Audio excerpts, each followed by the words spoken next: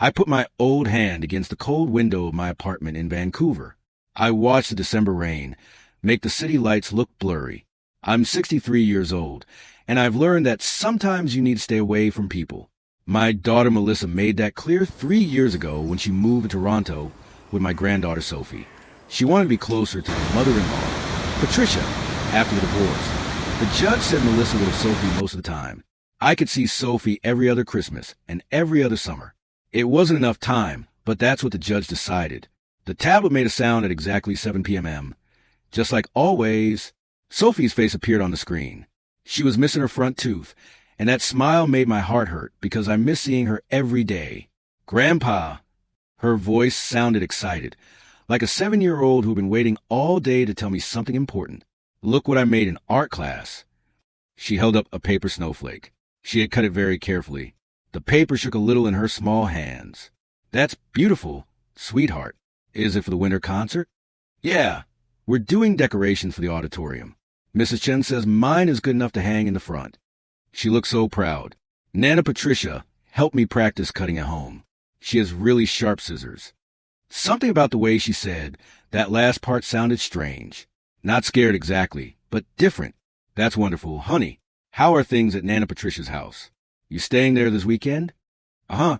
Mommy has to work Saturday and Sunday at the hospital, the overnight shifts. Sophie looked to her left at something I couldn't see. Nana Patricia says we're going to bake cookies and watch movies. Sounds like fun. What kind of cookies? Chocolate chip, I think. Or maybe. She stopped again with that same strange pause. Grandpa, can I ask you something? Anything, sweetheart. Is it normal for grown-ups to take pictures of kids without clothes on? My blood felt like ice water. Every part of my body went on high alert. What do you mean, Sophie? What kind of pictures? I don't know. Her eyes got big, looking past the camera. Oh, Nana Patricia is here. I got to go practice The tablet moved fast and hard. I saw floral wallpaper for a second. I heard Sophie's voice change from unsure to scared. No, Nana, I didn't say anything. I was just talking about art class. Give me that device right now, young lady. Patricia's voice, usually so nice and proper, sounded sharp and mean. Your grandfather doesn't need to be filling your head with nonsense during our special time. But Nana, I wasn't. Please don't. The screen went black. I stared at the blank tablet. I could see my face reflected in the dark glass. My hands were shaking. I'm 73 years old, and I was shaking. I called back right away. It rang and rang and rang. No answer. I tried again. Voicemail. I tried again. Voicemail. I called Melissa's cell phone. Straight to voicemail. She was probably already at the hospital with her phone turned off for her shift. I called Sophie's tablet again. Nothing. Part of my brain tried to calm down. Maybe Sophie had just been curious about something that wasn't bad. Maybe Patricia was just being overprotective. Maybe I was worrying too much. But that question, is it normal for grown-ups to take pictures of kids without clothes on? I called again and again. After the 23rd try, I grabbed my coat. After the 31st call, I was in my truck, leaving the parking garage. After the 37th call, I was on the highway going east through the rain, Vancouver to Toronto, for 1,300 kilometers. 41 hours of driving without stopping. I only stopped for gas and nothing else. By the time I made my 47th call with no answer, I was past Revelstoke and the rain had turned to sleet. My phone finally rang. Dad. Melissa's voice sounded worried. I just saw all your calls. What's wrong? Is everything okay? Where's Sophie right now? She's at Patricia's. Dad, what's going on? You're scaring me. Call Patricia right now. Tell her you're coming to pick Sophie up early. Dad, I can't. I'm at work. My shift doesn't end until 7 a.m., and I can't just leave in the middle of... Melissa, listen to me very carefully. I forced my voice to stay calm. Sophie asked me if it was normal for adults to take pictures of children without clothes on. Silence. The kind of silence that screams. What? Her voice was barely a whisper. Right before Patricia grabbed the tablet and cut off the call. I've been trying to reach them for 2 hours. Nobody's answering. Oh my God. I heard movement and voices in the background. Oh my God, Dad. I'm calling the police right now. Where are you? On my way to Toronto. You're where, Dad? That's a 40-hour drive. I left right after the call. I'm not waiting 40 hours for the police to maybe check on my granddaughter. More movement. Melissa talking to someone else fast. Then she was back. Dad, I'm leaving work. I don't care what they say. I'm getting Sophie right now. Call me the second you have her. I will. I'm calling Patricia first, then the police, then I'm driving there. Oh, God. Dad, if she's hurt, if that woman has. Her voice broke. Drive carefully. I said, call me. The line went dead. I pushed the gas pedal harder. The truck went faster. The sleet became snow as I went higher into the mountains. I didn't care. I'd driven these roads and worse weather when I was younger, hauling logging equipment. The truck could handle it. I could handle it. My phone rang again 40 minutes later. Melissa, Dad, I'm almost there. The police are already on their way. They said they'd meet me at Patricia's house. I tried calling her 16 times. No answer. Stay on the line with me. Okay. Her breathing was fast and scared. I heard the sound of her car, the windshield wipers going back and forth. Dad, what if we're wrong? What if this is all a misunderstanding? Then we apologize and deal with embarrassment. But if we're not wrong and we did nothing, could you live with that? No. Her voice was firm now. No, I couldn't. 15 minutes of tense silence. Just the sound of our breathing and our vehicles cutting through the night. I'm on her street, Melissa said. I see the police cars, 2 of them, lights on. What else do you see? The house is dark. Wait, there's someone coming out. It's an officer. He's walking toward my car. I'm pulling over. I heard her car door open. The distant sound of voices. Ma'am, are you the mother? A male voice. Professional but urgent. Yes, my daughter's inside. Is she okay? Is Sophie okay? Ma'am, I need you to stay calm. We've secured the residence. Your daughter is safe. She's physically unharmed. Oh, thank God. Thank God. Where is she? She's with a female officer in one of the vehicles being kept warm. Ma'am, I need to inform you that we found your daughter alone in the residence. We also found evidence of a crime scene in the basement. The world tilted. I nearly drove off the highway. What do you mean alone? Melissa's voice went up. Where's Patricia? Ma'am, we found the body of Patricia Thornton in the basement. It appears to be suicide by firearm. We also found extensive evidence of child exploitation, materials and photographic equipment. I heard Melissa's phone hit the ground, heard her throwing up, heard the officer calling for help. Ma'am, are you all right? My baby... Melissa sobbed. My baby was in that house with... Your daughter is safe, ma'am. We need to take her to the hospital for an examination. Standard procedure. Do you have someone who can drive you? You're in no state to... I'm her father, I said loudly, hoping the phone would pick up my voice from where it was on the ground. I'm on my way from Vancouver. I'll be there in about 36 hours. A pause. The officer must have picked up the phone. Sir, this is Constable Morrison with Toronto Police. Are you the child's grandfather? Yes. Richard Brennan. Sophie Brennan is my granddaughter. What happened? Sir, I can't discuss details of an active investigation over the phone, but I can tell you that your granddaughter is safe and in protective custody. The scene suggests that Miss Thornton discovered certain materials on her computer earlier this evening and took her own life. Your granddaughter heard the gunshot and called 911 herself. She did exactly what she'd been taught to do in an emergency. Smart girl. My brave, smart girl. Has anyone examined her? Has she been hurt? She's being transported to Sick Kids Hospital now for a full medical evaluation. Sir, I need to be straight with you. Based on what we found here, there are indicators that this may have been going on for some time. The equipment we found, the materials, this wasn't a one-time incident. The highway blurred. I couldn't tell if it was snow or tears. I'm on my way, I said. Take care of my granddaughter. We will, sir, drive safely. The line went dead again. I heard Melissa sobbing in the background before it cut off. I drove through the night, through British Columbia, into Alberta, through Saskatchewan.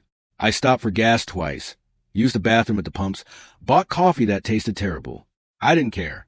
I forced it down and kept driving. My phone rang constantly. Melissa updating me.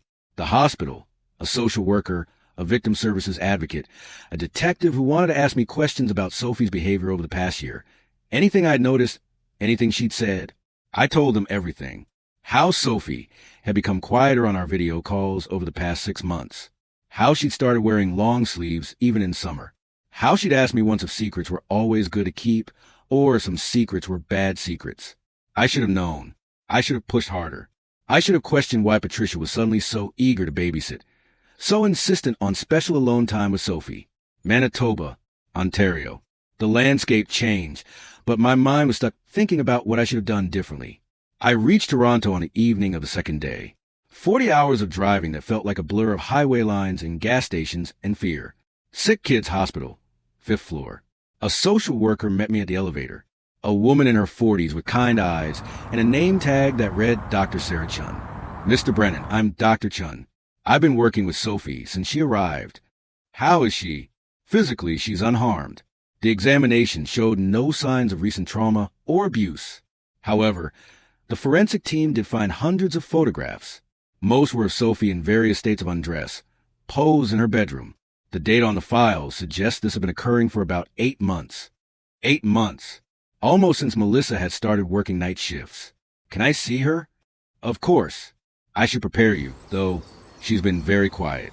She's answered questions when asked, but she hasn't started any conversations.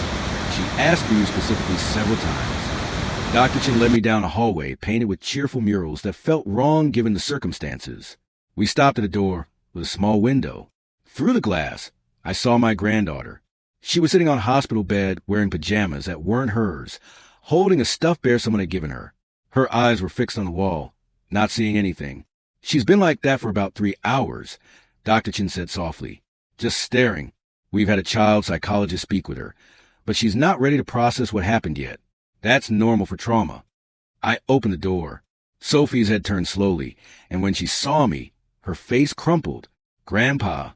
I crossed the room in 3 steps and wrapped her in my arms. She was so small. 7 years old, and so impossibly small. I'm here, sweetheart. I'm here. You're safe now. I didn't want to do the pictures. She whispered against my chest.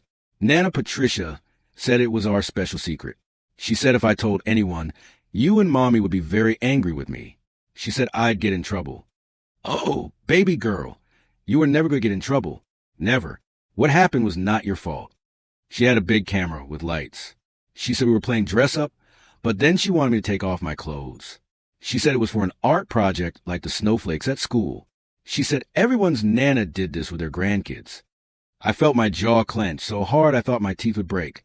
That was a lie, Sophie. That was never true. What she did was very, very wrong. I know that now. Her voice was so small. Is she really dead, Grandpa? Yes. Did I make her do it by asking you that question? No. I pulled back to look her in the eyes. You did not make anything happen. You asked the right question. You did exactly what you were supposed to do. You were brave and smart, and I'm so proud of you.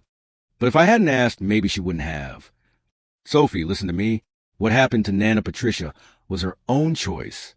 A grown-up's choices are never a child's responsibility. Do you understand? She nodded, but I could see the guilt in her eyes. That would take more than one conversation to heal. Melissa arrived 10 minutes later, pale and shaking. Sophie reached for her mother, and they held each other while they both cried. I stepped back, giving them space, but kept one hand on Sophie's shoulder, staying connected, letting her know I wasn't leaving. Over the next week, the full horror of what Patricia had done came to light. The police investigation revealed she'd been part of an online network of predators.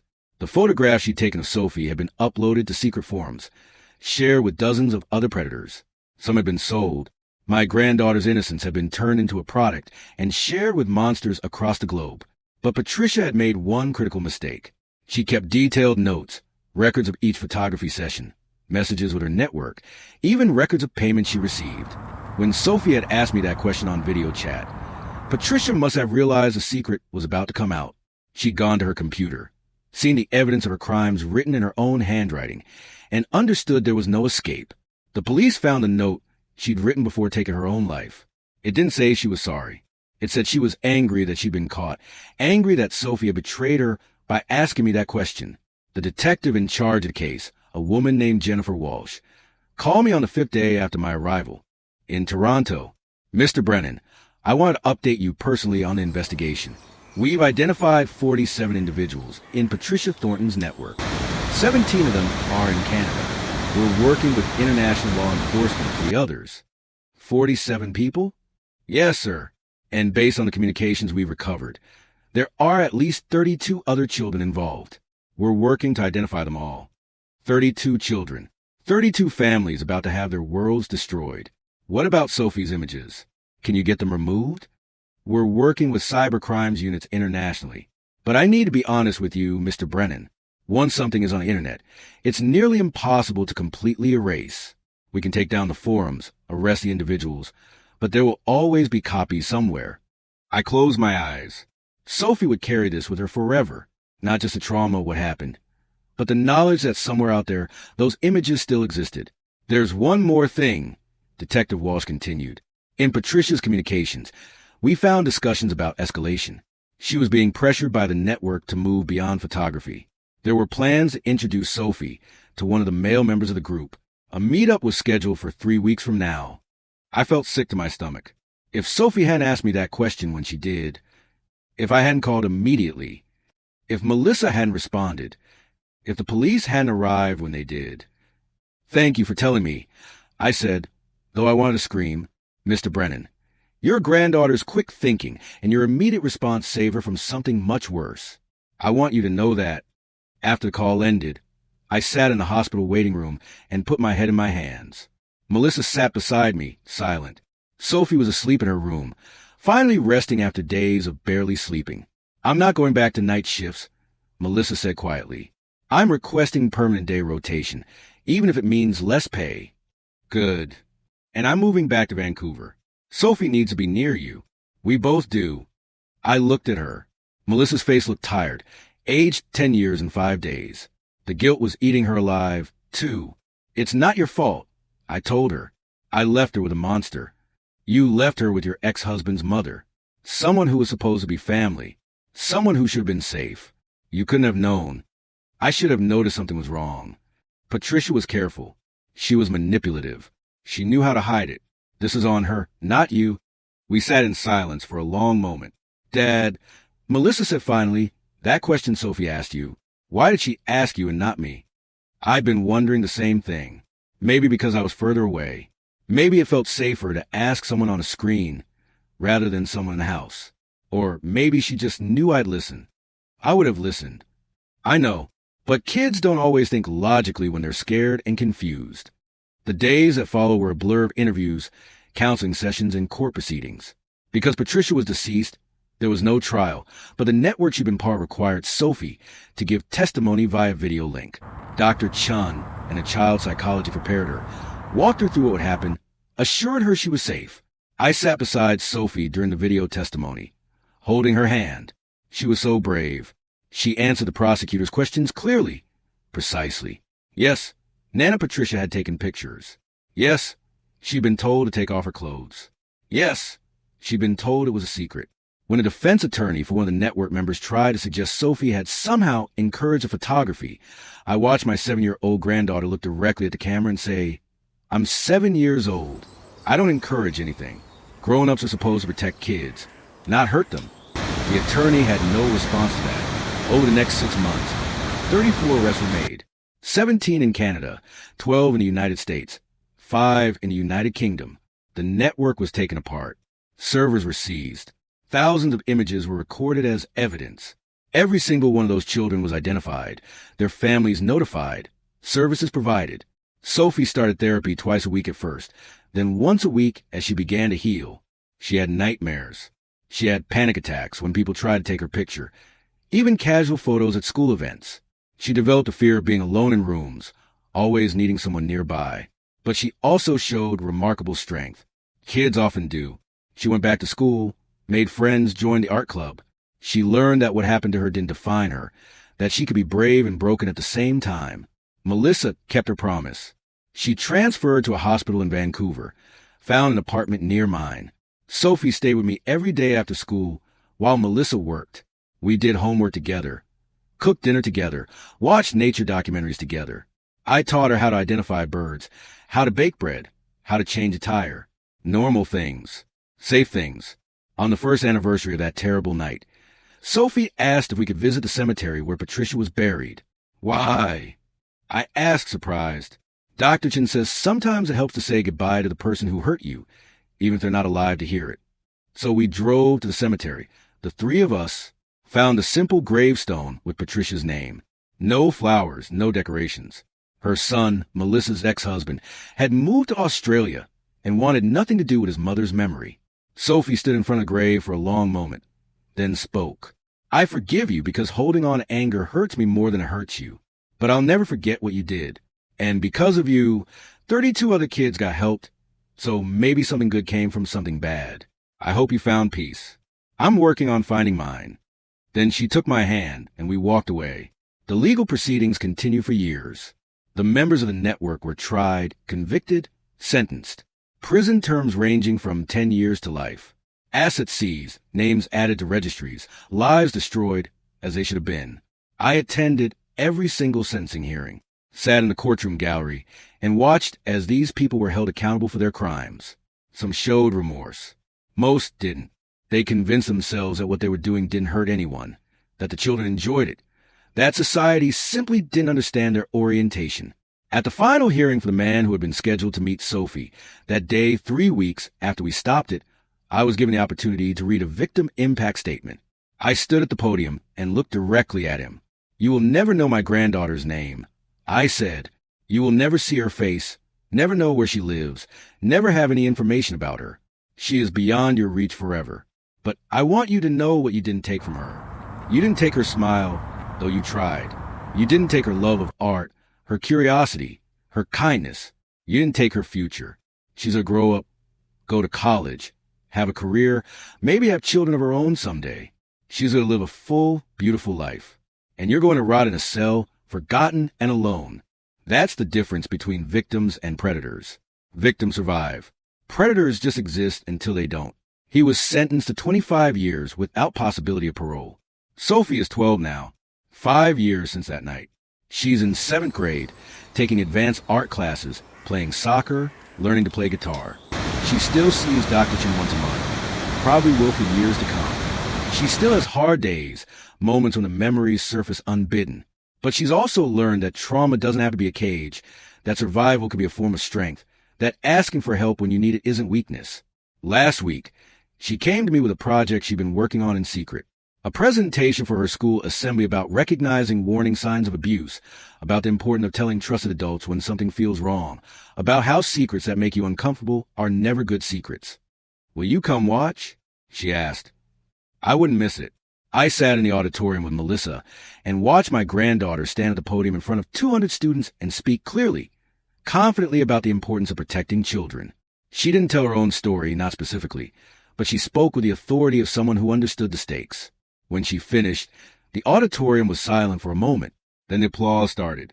Students, teachers, parents, everyone standing, clapping for this brave young woman who had turned her trauma into advocacy. Afterward, 3 students approached her privately, told her they needed to talk to someone about things that were happening at home. Sophie brought them directly to the school counselor, stayed with them while they made their first reports. Because of her courage 5 years ago, 3 more children were saved. Because she'd asked that question on video chat. Because she trusted her instinct that something was wrong. Dozens of children had been protected. That night, as I drove Sophie home, she was quiet, processing the day's events. Grandpa, she said finally. Yes, sweetheart. Do you think Nana Patricia would have ever stopped if I hadn't asked you that question? I'd thought about this countless times over the years, wondered about the what-ifs, the alternate timelines where things had gone differently. No, I said honestly, I don't think she would have. People like that don't stop on their own. They have to be stopped. I stopped her. You did. You were brave enough to ask a question, even though she told you not to. That's real courage, Sophie. Not the absence of fear, but acting despite the fear. She nodded, looking out the window at the passing streetlights. I'm glad I asked, she said, even though it was scary. Even though I was afraid you'd be mad at me. I will never be mad at you for asking questions. Never. And I'll always come when you need me. 41 hours of driving for 1,000 kilometers. I'd do it again in a heartbeat. She reached over and squeezed my hand. I know, Grandpa. That's why I asked you and not anyone else. Because I knew you'd come. And that, in the end, was the only thing that mattered. Not that I'd arrived in time to prevent the worst of it. Not that justice had been served. Not even that the network had been dismantled and other children saved. What mattered was that when my granddaughter needed me, when she asked that question that could have been dismissed or ignored or rationalized away, I listened. I believed her. And I came. Every child deserves that. Every single one. If you're reading this and you have children in your life, grandchildren, nieces, nephews, students, neighbors, I'm asking you to remember Sophie's question. Is it normal for grown-ups to take pictures of kids without clothes on? The answer is no. It's never normal. It's never okay. It's never art or education or special bonding time. And if a child asks you something that makes your blood run cold, that triggers every alarm bell in your nervous system, don't ignore it. Don't rationalize it. Don't assume someone else will handle it. Listen, believe, act. Because somewhere right now, there's another child trying to find the courage to ask that question. And whether or not they're saved depends entirely on whether the adult they ask is willing to hear the answer.